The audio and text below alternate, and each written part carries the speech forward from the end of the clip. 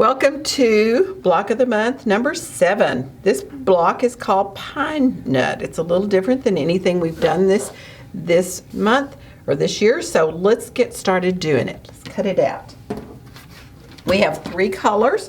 We have the pink that has some pinks and reds and some different, and then we have a solid kind of red, and then we have our background fabric, our white, our beige.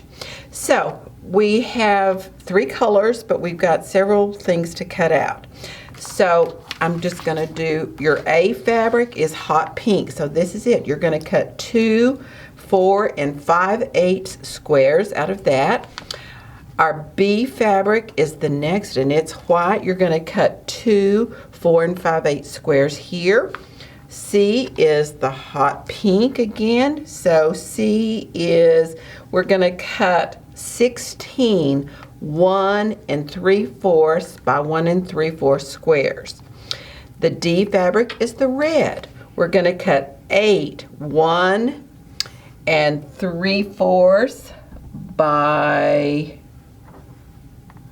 4 1/4.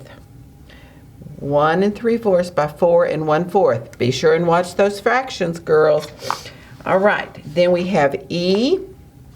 Fabric is a hot pink. We're gonna cut 4 1 3/4 by 3. And so I just cut these strips and then cut them down. It was easier to do it that way for me. So then F is our white fabric. We're gonna cut 12 1 3/4 squares. G is also our white, and it is, oh, it's right here, I'm sorry, 4 1/4 by 4 1/4. H is a strip, and it is 1 1/4 by 11 3/4. And then I is 1 1/4 by 12 1/2. So after you get it cut out, we're just going to put it together. We're going to make 3 different blocks. So let's get those made. So the first one, that's the assembly of the corners. These right, let me get this block up here so you can see what we're doing. Right here. So we're going to make these first. So we're going to take our our A triangle and a beige triangle, the 4 1/4 ones, and we're going to put an A and a B together. We're going to sew, we're going to cut these, and then we're going to put them together and sew a 1/4 inch on each side, and we're going to make 4 1/4 squares. Then we're going to take those 4 and we're going to add a I'm sorry, girls. Add a C, which is a 1 3/4 square on the white side of that.